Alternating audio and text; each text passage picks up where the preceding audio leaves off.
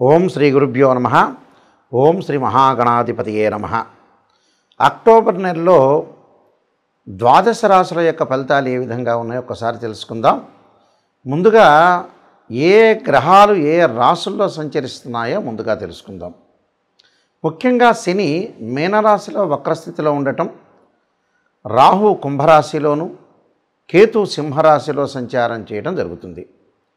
ముఖ్యంగా ప్రధానంగా గురువు అక్టోబర్ మాసంలో 18వ తారీఖు వరకు కూడా మిథున రాశిలో సంచారం చేసి 18వ తారీఖు నుంచి కర్కాటక రాశిలో ప్రవేశం జరుగుతుంది. అంటే అది అతిచారము అంటారు. కర్కాటక రాశిలోకి ప్రవేశించడం అనేది జరుగుతుంది. మిగతా గ్రహాలను మనం చూసుకునేటట్టయితే ముఖ్యంగా కుజుడు బుధుడు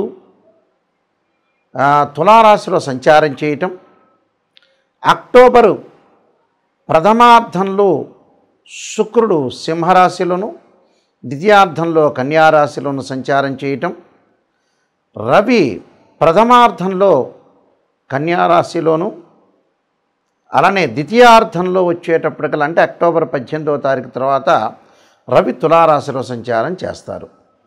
ఈ సంచారాల వల్ల ఈ గ్రహాల యొక్క విషయంలో మనం ముందుగా ముఖ్యంగా ఎలాంటి రాశుల వాళ్ళకి ఎలాంటి ఫలితాలు కలుగుతాయో ఒకసారి పరిశీలన చేద్దాం. వృశ్చిక రాశి వాళ్ళకి ముఖ్యంగా రాశ్యాధిపతి కుజుడు వ్యయస్థానంలో ఉంటాడు. అంటే ముఖ్యంగా ఈ వ్యయస్థానంలో ఏదైతే కుజుడు ఉండటం వల్ల ఈ ఇళ్ళు కొనుగోలు చేయటంలో కానీ, పొలాలు కొనుగోలు చేయటం కానీ, ఇళ్ళు కట్టించటంలో కానీ కొంత అప్రమత్తంగా ఉండటం ఒకటి, లీగల్ సంబంధించిన విషయాలు కోర్టు సమస్యలు రాకుండా, అన్నదమ్ముల మధ్యలో గొడవలు రాకుండా చూసుకోవటం మంచిది. అంటే ఏదైనా సరే వివాదాలు వచ్చిన చోట మనం ఏం చేయాలంటే వివాదాలు రాకుండా కాపాడుకోవటం ఎలా అనే ప్రయత్నం చేయాలి. అప్పుడు వాళ్ళకు అనుకూలంగా ఉండే అవకాశాలు ఎక్కువగా ఉంటాయి. ఈ రాశి వాళ్ళకి ముఖ్యంగా లాభంలో శుక్రుడు ఉన్నాడు. ఈ లాభంలో శుక్రుడు ఉండటం వల్ల వివాహాలు జరగటం, ఒక అమ్మాయికి మంచి వరుడు లభించటం, అబ్బాయికి మంచి వధువు లభించే సంపన్నమైన కుటుంబం నుంచి అబ్బాయి కానీ అమ్మాయి కానీ లభించే అవకాశాలు ఎక్కువ ఉంటాం. అలానే బట్టలు కొనుగోలు చేసే అవకాశాలు ఎక్కువగా ఉంటాయి. అలానే లగ్జరీగా తిరిగే అవకాశాలు, లగ్జరీ కారులో సంచారం చేసే అవకాశాలు కూడా ఈ శుక్రుడు వల్ల ఎక్కువగా ఉంటాయి. ఈ రాశి వాళ్ళకి ముఖ్యంగా రవి యొక్క బలాన్ని మనం చూసుకునేటట్టయితే రవి ఏకాదశంలో ప్రథమార్థంలో ఉంటారు. ప్రథమార్థం అంటే అందరికీ అర్థమయ్యేటట్టుగా 15వ తారీఖు లోపల, ఆఫ్టర్ 15. అయితే ఈ 15 లోపల మటుకు రవి లాభంలో ఉన్నాడు కాబట్టి అందులో లాభంలో ఉన్నాడు. రవి వల్ల మంచి ఫలితాలు జరిగే అవకాశాలు ఉంటాయి. ఉద్యోగ ప్రయత్నాలే కాకుండా మనం ఏ పని చేయాలో ఆ పని ప్రణాళికంగా వెళ్ళే అవకాశం ఉండటం ఒకటి, అనుకున్న పనులన్నీ కూడా ఫాస్ట్గా మూవ్ అయ్యే అవకాశాలు ఎక్కువగా ఉంటాయి. కాబట్టి రవి వల్ల కొంత లాభం కలిగే అవకాశాలు అనేవి ఖచ్చితంగా ఉంటాయి. దాని తర్వాత బుధుడి యొక్క ప్రభావం ఏ విధంగా ఉంది? నేను ఇందాక చెప్పినట్టుగా వ్యాపారం అనేది పెట్టాలి. వ్యాపారం గ్రహస్థితిని బట్టి అనుసరించి ఈ నెలలో పెట్టచ్చా పెట్టకూడదో చూడాలి. దాని తర్వాత అధిక పెట్టుబడి పెట్టచ్చా లేదా అనేది కూడా జాతకాన్ని బట్టే అనుసరించి వెళ్ళాలి. అధికంగా పెట్టుబడి అనేది మంచిది కాదు. వీళ్ళు పెట్టకుండా ఉండటం చాలా మంచిది. అలానే మిగతా గ్రహాలు మనం చూసుకునేది చతుర్థంలో రాహు వల్ల తల్లి యొక్క ఆరోగ్యము, గృహ నిర్మాణం చేపట్టాలనుకుంటారు, ఆ గృహ నిర్మాణం కొంత ఆగిపోయే సూచనలు అనేవి బాగా ఎక్కువ ఉంటాయి. కాబట్టి కొంత సమర్థవంతంగా ఏదైతే వర్కర్లు దొరకలేకపోవటం, కరెక్ట్ ఇల్లు లభించలేకపోవటం వాస్తు ప్రకారంగా, అలానే బిల్డర్స్కి వీళ్ళకి సఖ్యత లేకపోవడం, ఇలాంటి ఇన్సిడెంట్స్ జరిగే అవకాశాలు ఉంటాయి. కాబట్టి కొద్దిగా చూసుకొని నడవటం అనేది చాలా మంచిది.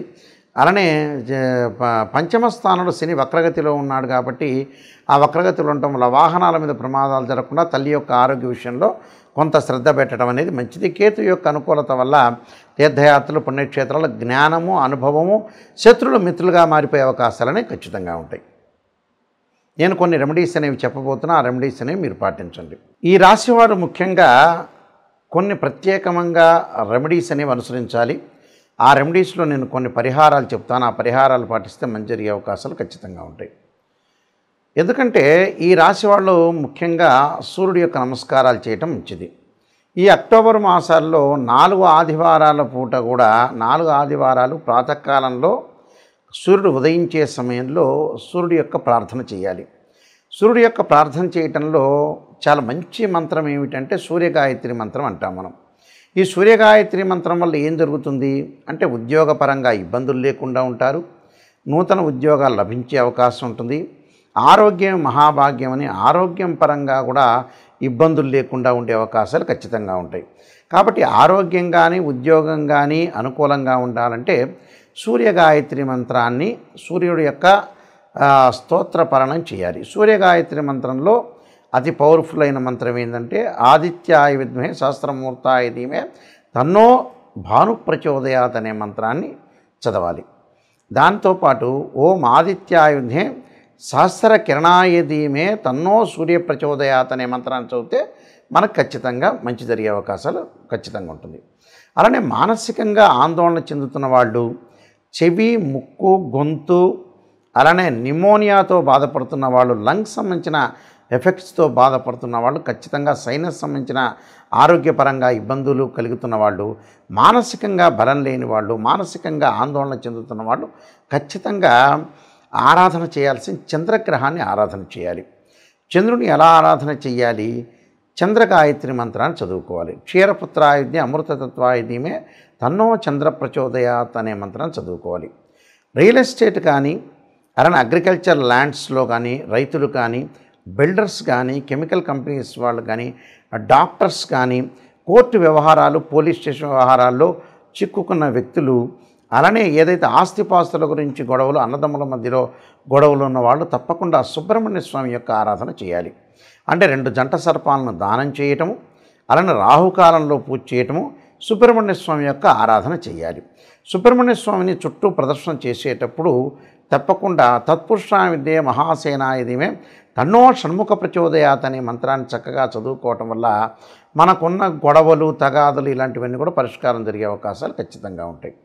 అలానే వీళ్ళు బుధగ్రహం అంటే బుద్ధిబలం పెరగటానికి, లౌకిక జ్ఞానం పెరగటానికి, అలానే గణిత శాస్త్రంలో ప్రాధాన్యత పెరగటానికి, లెక్కల్లో పిల్లలు విద్యార్థులు వీక్గా ఉన్న వ్యక్తులు వ్యాపారపరంగా అనుకూలంగా ఉండాలంటే ఖచ్చితంగా విష్ణు సహస్రనామ పారాయణంతో పాటు ఓం యక్షాయ కుబేరాయ వైశ్రవణాయ ధనధాన్యాధిపతే ధనం ధాన్యం సమృద్ధిమే దేహిమే దాపయిస్వ అనే మంత్రాన్ని చక్కగా బుధవారం రోజున ప్రాతకాలంలో 11 సార్లు చదవటం చాలా మంచిది. అలానే విద్య యందు అనుకూలంగా లేకపోవటం, విద్య పిల్లలకి మర్చిపోవటం చదివినంతా కూడా, అలానే ధనపరంగా ఇబ్బందులు కలుగుతున్న వాళ్ళు, మొండి బాకీలు వసూలు కాని వాళ్ళు, ఉద్యోగ ప్రయత్నాలు కూడా అనుకూలంగా లేని వాళ్ళు, అలానే ఫైనాన్షియల్ పరంగా ట్రబుల్స్ ఉన్న వ్యక్తులు ఎవరైతే ఉంటారో వాళ్ళందరూ కూడా సంతానపరంగా ఇబ్బందులు కలిగిన వ్యక్తులు ఎవరైతే ఉంటారో వాళ్ళందరూ కూడా తప్పకుండా దత్తాత్రేయ స్వామి పారాయణం దత్త కవచాన్నితో పాటు ఓం దేవానాంచ ఋషీనాంచ గురుకాంచన సన్నిభం బుద్ధిమతం త్రిలోకేశం తమ నమామిం బృహస్పతిం అనే మంత్రాన్ని చక్కగా చదువుకోవటం వల్ల కూడా వీళ్ళకి మంచి జరిగే అవకాశాలు ఖచ్చితంగా ఉంటాయి. అలానే వివాహం కాని స్త్రీ పురుషులు ఎవరైతే ఉంటారో మాకు వివాహాలు కావట్లేదు, దగ్గరికి వచ్చినట్టు వచ్చి వెళ్ళిపోతున్నాయనే వ్యక్తులు అమ్మవారి యొక్క ఆరాధన చేయాలి. అమ్మవారి యొక్క ఆరాధనతో పాటు మహాలక్ష్మి అంటే మహాకాళి, మహాలక్ష్మి, మహాసరస్వతిని ప్రార్థన చేయాలి. అలానే కాత్యాయనాయుధ్యే కన్యాకుమారి ధీమహి తన్నో దుర్గి ప్రచోదయాత్ అనే మంత్రాన్ని చదవటం వల్ల శీఘ్రంగా వివాహం జరిగే అవకాశాలు ఉంటాయి. అలానే శుక్రవారం రోజున బొబ్బర్లు దానం చేయటం, వీలైతే బొబ్బర్లు ఆవుకు పెట్టే అవకాశం అనేది చూసుకోవాలి. అలానే వీలైతే శుక్ర జపం చేయించటం, అలానే అబ్బాయిలు వివాహం కాలేదంటే వరపాశుపతాస్త్ర అంటే కన్యాపాశుపతాస్త్ర రుద్రాభిషేకం, అమ్మాయిలు వచ్చేటప్పటికల్లా అంటే అబ్బాయిలు వచ్చేటప్పటికల్లా ఈ శుక్రుడి గురించి మళ్ళీ రిపీట్గా చెబుతున్నాను చూడండి ఒక్కసారి. శుక్రగ్రహం నుంచి మళ్ళీ చెబుతున్నా. ఎవరైతే అమ్మాయిలకు వివాహం కావట్లేదో అబ్బాయిలకు వివాహం కాకపోతుంటే వీళ్ళు శుక్రగ్రహం యొక్క అనుకూలత ఉండాలి. శుక్రుడు కళత్రకారకుడు, వివాహకారకుడు, సుఖాన్ని భోగాన్ని సౌఖ్యాన్ని ఇచ్చేవాడు శుక్రుడు. ఈ శుక్రగ్రహం వల్ల మరి ఎవరికైతే వివాహం కావట్లేదో అబ్బాయిలు కన్యాపాశుపతాస్త్ర రుద్రాభిషేకం, అమ్మాయిలు వరపాశుపతాస్త్ర రుద్రాభిషేకం చేయటం, శుక్ర జపము, శుక్ర హోమం చేసుకోవటం, భృగుపాశుపతాస్త్ర రుద్రాభిషేకం చేసుకోవటం వల్ల చాలా మంచి జరిగే అవకాశం ఖచ్చితంగా ఉంటుంది. అలానే ఆయు ప్రమాణం తగ్గుతూ ఉండి ఆరోగ్యపరంగా నష్టాలు జరుగుతున్న వ్యక్తులు శని యొక్క ప్రభావం ఉంటుంది కాబట్టి శని యొక్క ఆరాధన చేయాలి. వీలైతే మరి నువ్వుల నూనెతోటి శివుడికి అభిషేకం చేయటం వల్ల ఆయు ప్రమాణం పెరుగుతుందని శాస్త్రంలో చెప్పారు. అలానే విదేశాలకు వెళ్లకుండా, విదేశాలకి ఏదైతే వీళ్ళకి వీసా రాకపోవటం, విదేశాల్లో ఉన్న వ్యక్తులకు కూడా అక్కడ వాళ్ళకైతే మంచి వ్యాపారం కానీ అలానే మంచి జాబ్ కానీ రాకుండా, గ్రీన్ కార్డు కూడా రాకుండా ఉన్న వ్యక్తులు, విదేశాల్లో ఉన్న వ్యక్తులు ఎవరైతే ఉంటారో రాహు యొక్క ఆరాధన చేయాలి. అర్ధకాయ మహావీరం చంద్రాదిత్యమర్దనం సింహకాగర్భ సంభూతం తమ రాహుం ప్రణమామ్యం అనే మంత్రాన్ని చక్కగా చదువుకోవాలి. అలానే జ్ఞానవృద్ధి లేకుండా, ఎక్కడైనా సరే ఆధ్యాత్మిక చింతన లేకుండా మొండిగా ఉండి కోపాన్ని బాగా ఎక్కువగా తగ్గించుకోలేని వ్యక్తులు, కోప్పడుతుంటే చికాకులు కలిగి అలానే గొడవలు పడుతున్న వ్యక్తులు ఎవరైతే ఉంటారో వాళ్ళు కేతు యొక్క ఆరాధన చేయాలి. కేతువుకు అధిష్టాన దేవత అయిన గణపతి యొక్క ఆరాధన చేయాలి. గణపతిని గకార స్తోత్రంతో గరికతోటి పూజ చేయటం వల్ల వాళ్ళకి జీవితంలో ఉండే విఘ్నాలన్నీ కూడా తొలగిపోయే అవకాశం ఖచ్చితంగా ఉంటుంది. ఈ రాశి వాళ్ళందరికీ కూడా శ్రీ పరమేశ్వరుడి యొక్క అనుగ్రహాన్ని ఉండాలని ఆశిస్తూ, మీ అందరికి కూడా మంచి జరగాలని ఆశిస్తూ సర్వే జనా సుఖినో భవంతు.